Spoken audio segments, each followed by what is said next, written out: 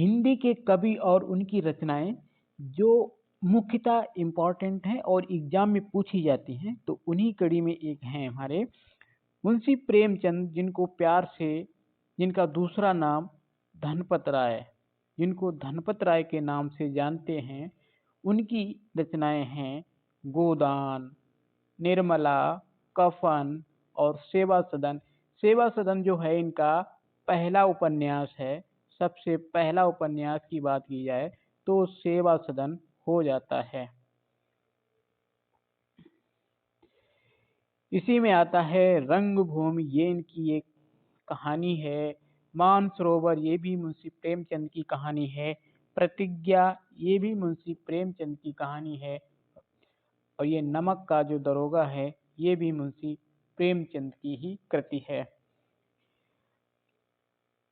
आगे हैं इसी कड़ी में हमारे अयोध्या सिंह उपाध्याय हरिऔध, जिनका पूरा नाम लिखने को भी आता है, जिनको नाम सिर्फ लिखा होता है हरिऔध। किसे कहते हैं तो अयोध्या सिंह उपाध्याय हरिऔध, इनका पूरा नाम लिखने को आता है। जिनको कवि सम्राट भी कहते हैं और हरिऔध भी कहते हैं। जिनकी कृतियां हैं आदि खिला फूल, प्रिय प्रवास, रस कलश और वैदेही वनवास, ये अयोध्या सिंह उपाध्याय हरिऔध की रचनाएं हैं। आगे आते हैं सूरदास, जिनको वात्सल्य रस का सम्राट कहा जाता है, भावाधिपति भी कहा जाता है। इनकी रचना है सूर सागर, सूर पच्चीसी, सूर सारावली और साहित्य लहरी। इनकी मुख्य ये रचनाएं हैं। और आगे आते हैं कालिदास, कवि कवि कालिदास, जिनको मालविकाग्निमित्र इनकी एक प्रमुख रचना है। मेघदूत रचना है, अभिज्ञान शाकुंतलम, रघुवंशम और कुमार संभवम, ये इनकी मुख्य रचनाएं हैं। आगे देखते हैं, आगे आते हैं हमारे तुलसीदास। कालिदास के बाद आते हैं तुलसीदास, जिनको कवि शिरोमणि भी कहा जाता है, लोकनायक भी कहते हैं, हिंदी का जातीय कवि भी कहा जाता है और मानस का हंस भी कहा जाता है। क्वेश्चन आता है कि मानस का हंस किस कवि को कहते हैं, तो मानस का हंस इन्हीं को कहते हैं, हमारे जो तुलसीदास जी हैं इनको मानस का हंस कहते हैं, हिंदी का जातीय कवि कहते हैं, लोकनायक कहते हैं, कवि शिरोमणि की संज्ञा दी गई है। ठीक है, जिनकी रचनाएं हैं विनय पत्रिका, दोहावली, हनुमान वाहक, पार्वती मंगल, ठीक, रामलला नेचू आदि इनकी जो मुख्य रचनाएं हैं। आगे आते हैं मैथिली शरण गुप्त, जो भारत के प्रथम राष्ट्र कवि के नाम से मैथिली शरण गुप्त को जाना जाता है।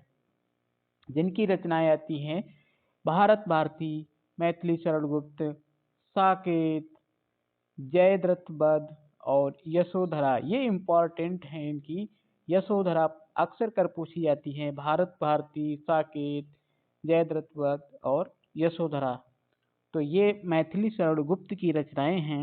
इसके बाद में आते हैं हरिवंश राय बच्चन, जिनको छायावादी कवि भी कहा जाता है। ठीक है, छायावादी कवि भी कहा जाता है। जिनकी रचनाएं हैं मधुशाला, इनकी एक मुख्य जो रचना है मधुशाला, मधुकलश, निशा निमंत्रण, क्या भूलूं क्या याद करूं, ये इनकी प्रमुख रचनाएं हैं। ठीक है, सभी इम्पोर्टेंट हैं। आगे आते हैं, इसके बाद में सुभद्रा कुमारी चौहान आती हैं। इनकी रचनाएं हैं झांसी की रानी, जो पढ़ा होगा, बुंदेले हर बोलों के मुख, हमने सुनी कहानी थी, झांसी वाली रानी थी, वो इनकी ही रचना है। मुकुल, ये सुभद्रा कुमारी चौहान जी की रचना है।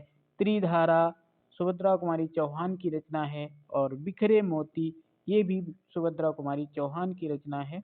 इसके बाद में आते हैं मलिक मोहम्मद जायसी, जिनकी रचनाएं हैं पद्मावत, अखरावत, कहरनामा और आखिरी कलाम, ये इम्पोर्टेंट हैं, जो पूछी जाती हैं। मलिक मोहम्मद जायसी साहब की रचनाएं हैं।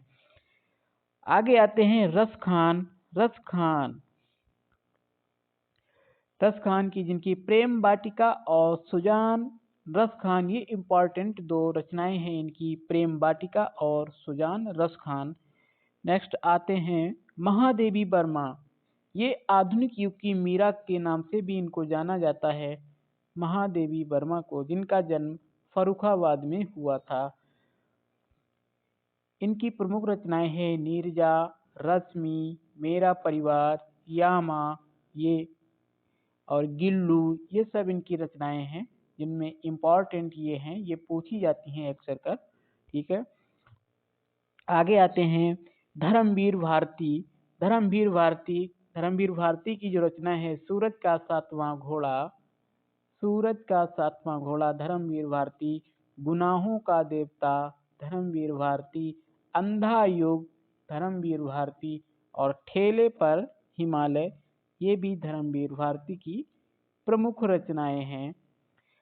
इसके बाद में आते हैं, देखते हैं भारुतेंद्र हरिश्चंद्र। भारुतेंद्र हरिश्चंद्र की रचनाएं, जिनको हिंदी नव जागरण का अग्रदूत भी कहा जाता है, भारुतेंद्र हरिश्चंद्र को हिंदी नव जागरण का अग्रदूत भी कहा जाता है, जिनकी रचनाएं हैं, प्रमुख रचनाएं भारत दुर्दशा, अंधेर नगरी, प्रेम माधुरी और गीत गोविंद, जो कि भारुतेंद्र हरिश्चंद्र की रचनाएं हैं। आगे आते हैं जयशंकर प्रसाद, जिनको छायावादी कवि के नाम से भी जानते हैं, जयशंकर प्रसाद, जिनकी रचनाएं कामायनी, आंसू, चंद्रगुप्त, झरना, इरावती, तितली, ये इनकी इम्पोर्टेंट जो रचनाएं हैं वो दी गई हैं। फिर आते हैं हमारे सूर्यकांत निराला, जिनको सूर्यकांत त्रिपाठी निराला, जिनको महाप्राण भी कहते हैं, जिनकी रचना है अनामिका, परिमल, कुकुरमुत्ता और राम की शक्ति पूजा, ये इनकी प्रमुख रचनाएं हैं।